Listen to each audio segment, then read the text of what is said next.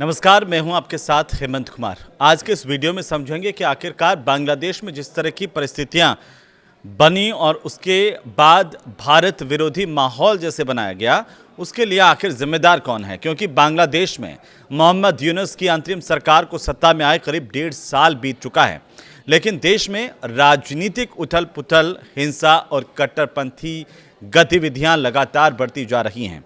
मोहम्मद यूनुस का कुछ समर्थन देने वाले कट्टरपंथ समूह सरकार पर सुधारों में देरी, न्याय न देने, सेक्युलर नीतियों के आरोप लगा रहे हैं। इंकलाब मंच के प्रवक्ता शरीफ उस्मान हादी और हादी की हत्या ने हिंसा को वहां पर और ज़्यादा भड़का दिया।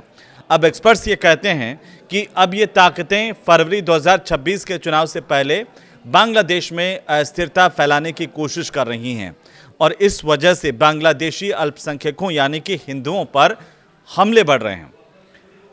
यूएन ह्यूमन राइट्स की रिपोर्ट ये कहती है कि अगस्त 2024 से मार्च 2025 तक 2326 से ज़्यादा मामले सामने आए हैं, जिसमें मंदिरों पर हमले होना, संपत्ति लूट की घटनाएं और हत्या की वारदातें शामिल हैं। ये सब बांग्लादेश में अचानक नहीं हुआ, बल्कि इसके लिए बाकायदा हिंदुओं के खिलाफ कट्टरपंथियों की ओर से एक प्लेटफॉर्म तैयार किया गया, लोगों के जहन में डाला गया और उसके बाद आप देख रहे हैं कि हालात कैसे हैं। दरअसल बांग्लादेश में बढ़ रहे कट्टरपंथ की वजह से सिर्फ यूनुस सरकार ही नहीं, बल्कि 5 बड़ी ऐसी ताकतें, 5 बड़े वो खलनायक जिनके चेहरे आज बेनकाब करना ज़रूरी है, जो लगातार भारत विरोधी माहौल बांग्लादेश में बनाने का काम कर रहे हैं। सबसे पहले कट्टरपंथ को बढ़ावा देने वाला जमात-ए इस्लामी, इसका नाम आपने सुना होगा, नहीं सुना तो सुन लीजिए, क्योंकि ये ग्रुप शेख हसीना के समय पर प्रतिबंधित था बांग्लादेश में, लेकिन यूनुस ने जैसे ही सरकार में आए इस पर से प्रतिबंध हटा दिया, बैन हटा दिया और अब ये खुलेआम तांडव कर रहा है, खुलेआम अपनी मनमर्जी से कट्टरपंथ को हवा दे रहा है, भारत विरोधी माहौल बना रहा है। अब ये जो ग्रुप है वो चुनाव सुधारों की मांग के नाम पर जिस तरह का माहौल बना रहा है, वो कई सवाल खड़े कर रहा है। लेकिन चुनाव सुधारों के साथ साथ अल्पसंख्यकों पर हमलों और एंटी इंडिया प्रदर्शनों में भी ये ग्रुप लगातार सक्रिय है। जमात इस्लामी पर पाकिस्तान के खुफिया एजेंसी ISI से जुड़े होने के गंभीर आरोप लगते रहे हैं। नंबर दो पर भारत विरोधी गतिविधियां चलाने वाला अगर कोई प्लेटफॉर्म जिम्मेदार है जो शरिया कानून लागू करना चाहता है, वह है हिफाजत इस्लाम।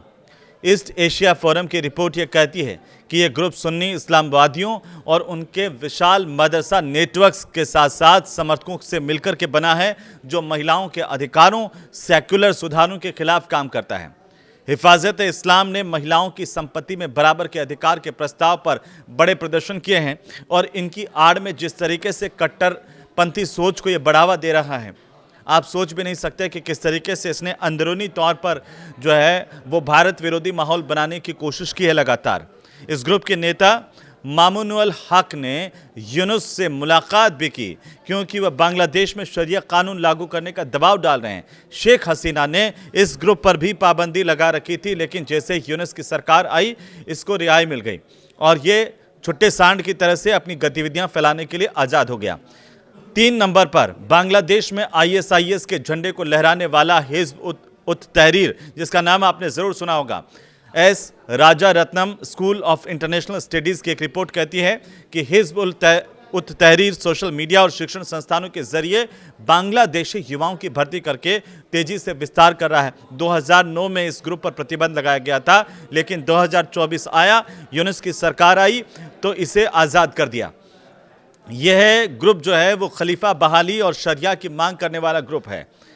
हिज़्ब उत तहरीर ने 2024 में यूनुस के समय में ढाका में बड़े प्रदर्शन किए और ISIS जैसे झंडे भी लहराए थे। अब आप इसकी सोच को समझ सकते हैं। यूनुस सरकार इसे रोकने में नाकाम रही है। इस तरह के आरोप भी लगातार लग रहे हैं। 4 नंबर पर है कट्टर इस्लामिक कल्चर की हिमायत करने वाला संगठन इंकलाब मंच। अल जजीरा की रिपोर्ट कहती है कि इस ग्रुप की स्थापना हुई जुलाई 2024 में छात्र आंदोलन के बाद। इंकलाब मंच के बड़े नेता शरीफ उस्मान हादी खुद एंटी इंडिया और कट्टरपंथी विचारों वाला नेता था। हादी की हत्या के बाद इंकलाब मंच ने जिस तरीके से यूनुस सरकार को गिराने की धमकी दी, पहले ये ग्रुप यूनुस का समर्थक माना जाता था, लेकिन अब सरकार और इंकलाब मंच में सीधी टक्कर की स्थितियां दिखती है बांग्लादेश में। नतीजा ये हुआ कि हादी की मौत के बाद हिंसा इस कदर भड़की कि अखबारों के दफ्तर भी फूंक दिए गए।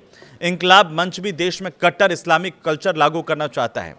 5वें नंबर पर जो प्लेटफॉर्म है जो भारत विरोधी गतिविधियां संचालित कर रहा है, माहौल बना रहा है बांग्लादेश में, वो है मामूनुल हक और मुफ्ती जसीमुद्दीन रहमानी का प्रभाव। अब देखिए कि मुफ्ती जसीमुद्दीन रहमानी अलकायदा से जुड़े ग्रुप का नेता था जिसे यूनुस की सरकार में रिहा कर दिया गया।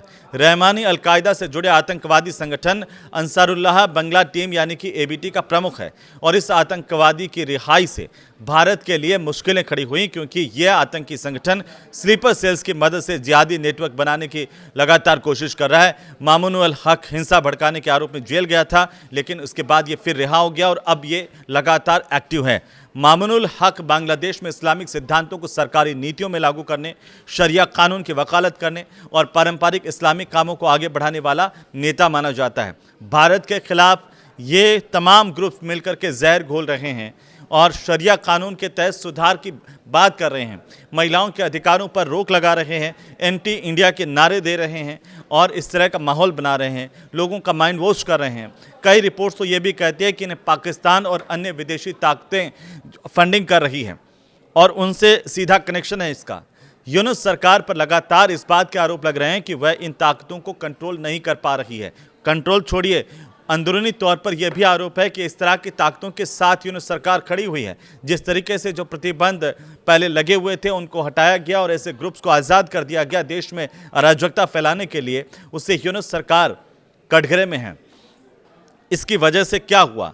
अल्पसंख्यकों पर हमले बढ़े, देश में अस्थिरता की स्थितियां पैदा हो गईं और जिस तरीके से आपने देखा कि ये तमाम लोग इकट्ठा होकर के पिछले दिनों जो भारतीय दूतावास है उसके सामने भी प्रदर्शन कर रहे थे, लगातार नारेबाजी कर रहे थे, तो देश में किस तरीके से बांग्लादेश में एक माहौल भारत विरोधी बनाया जा रहा है, इसके पीछे ये तमाम ग्रुप्स सक्रिय हैं, इस तरह का मीडिया रिपोर्ट दावा कर रही हैं।